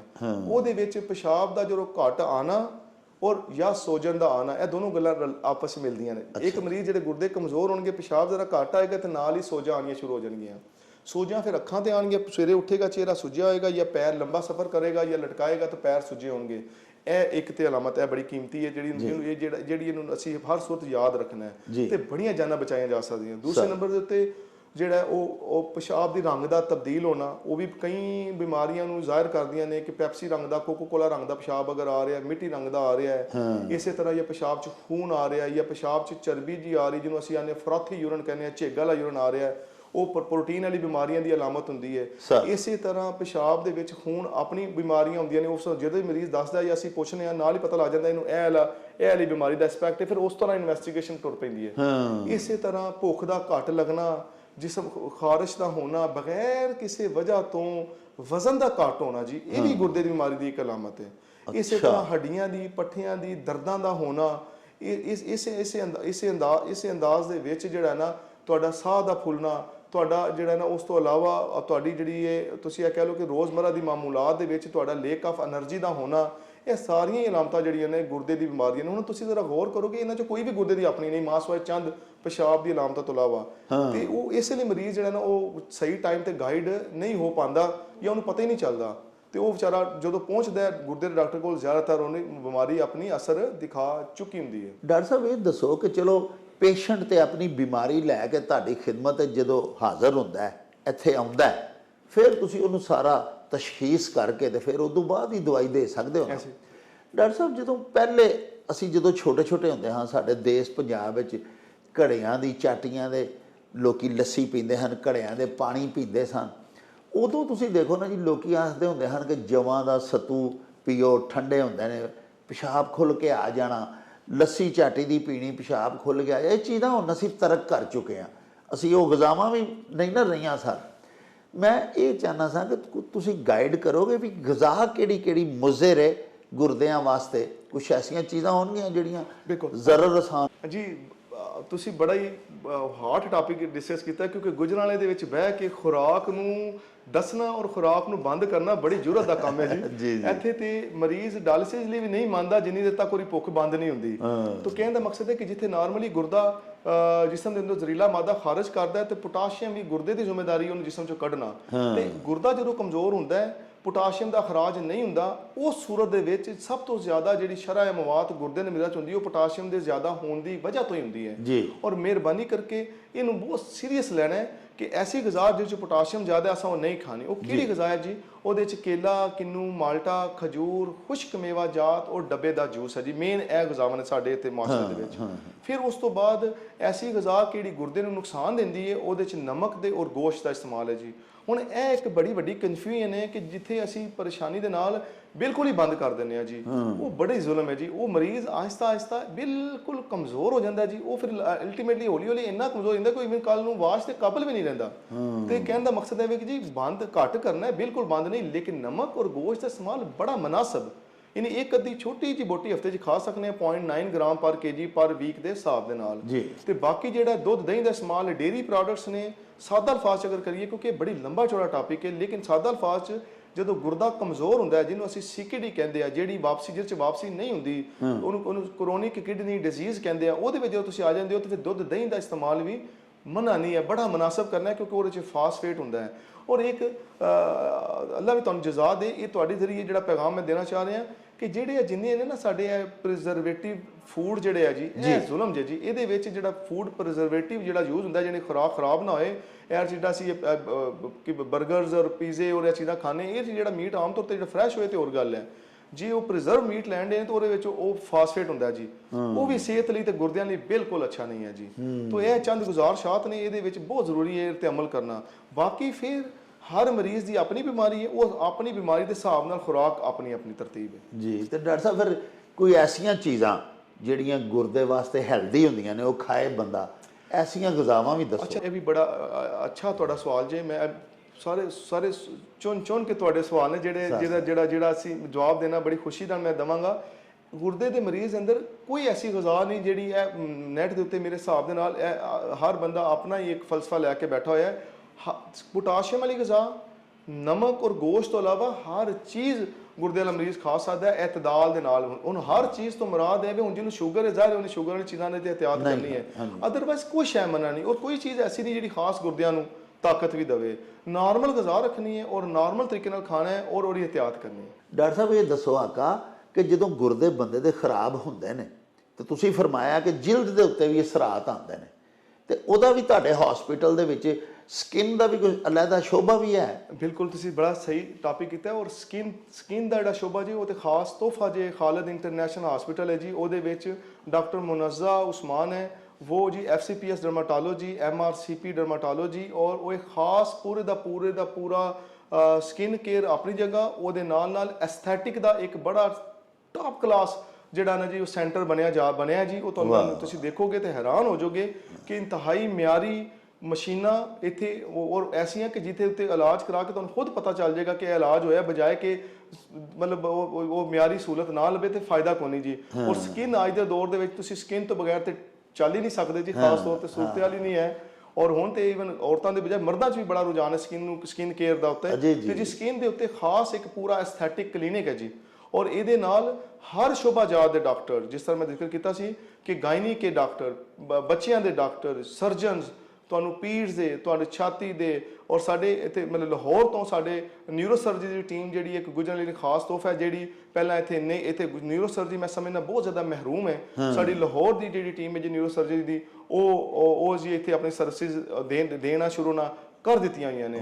ਇਸੇ ਤਰ੍ਹਾਂ ਛਾਤੀ ਦਾ, ਇਸੇ ਤਰ੍ਹਾਂ ਮਿਹਦੇ ਦਾ, ਇਸੇ ਤਰ੍ਹਾਂ ਕਾਰਡੀਓਲੋਜੀ ਦਾ ਜੀ। ਤੇ ਅੱਲਾ ਦਾ ਸ਼ੁਕਰ ਹੈ ਜੀ, ਇਸ ਹਸਪਤਾਲ ਦੇ ਵਿੱਚ ਤੁਹਾਨੂੰ ਇੱਕ ਛੱਤ ਥੱਲੇ तमाम शोबाजात ਦੇ इंतहाई काबिल और सीनियर तरीन डॉक्टर्स का पैनल लभेगा, ਜਿਹੜਾ इंशाअल्लाह ताला अल्लाह के फजल ਦੇ ਨਾਲ आवाम ਨੂੰ बेहतरीन तिबी सहूलियत मुहैया ਕਰਨ 'ਚ इंशाअल्लाह ताला एक अपना रोल अदा करेगा। और बाकी जिन्ने हॉस्पिटल ने उन्होंने नाल मिल के गुजराले ਦੇ ਵਿੱਚ ਜਿਹੜੇ ਹੈਲਥ ਦੇ ਸਟੈਂਡਰਡ ਨੇ, ਅਸੀਂ ਉਹਨਾਂ ਦੇ ਨਾਲ ਰਲ ਕੇ ਮਿਲ ਕੇ ਤੇ ਉਹਨਾਂ ਨੂੰ ਬਿਹਤਰੀਨ ਤਰੀਕੇ ਨਾਲ ਇੰਪਰੂਵ ਕਰਨ ਦੀ ਪੂਰੀ ਕੋਸ਼ਿਸ਼ ਕਰਾਂਗੇ।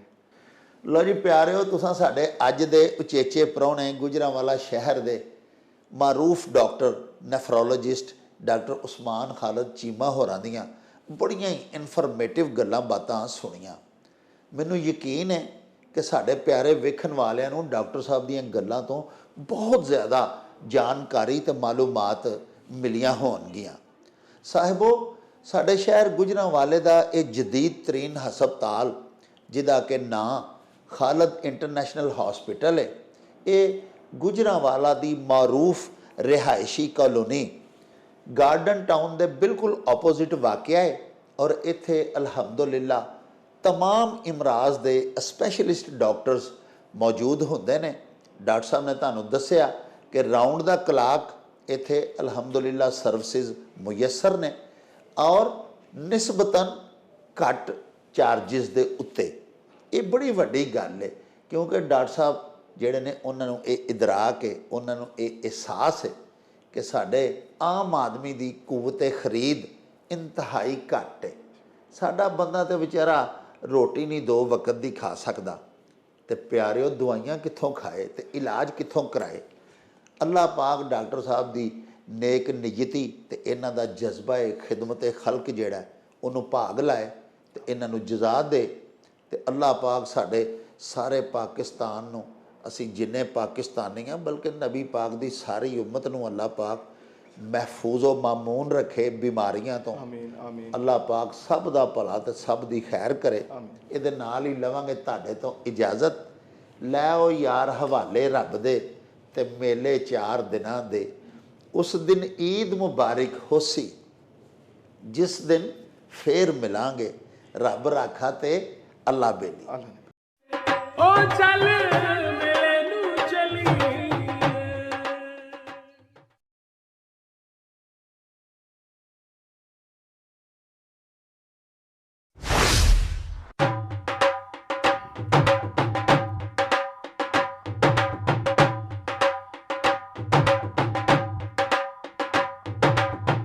ਰੌਣਕ ਹੋ ਜਾਊ ਛੱਟ ਵੇ, ਚੱਲ ਮੇਲੇ ਨੂੰ ਚਲੀਏ।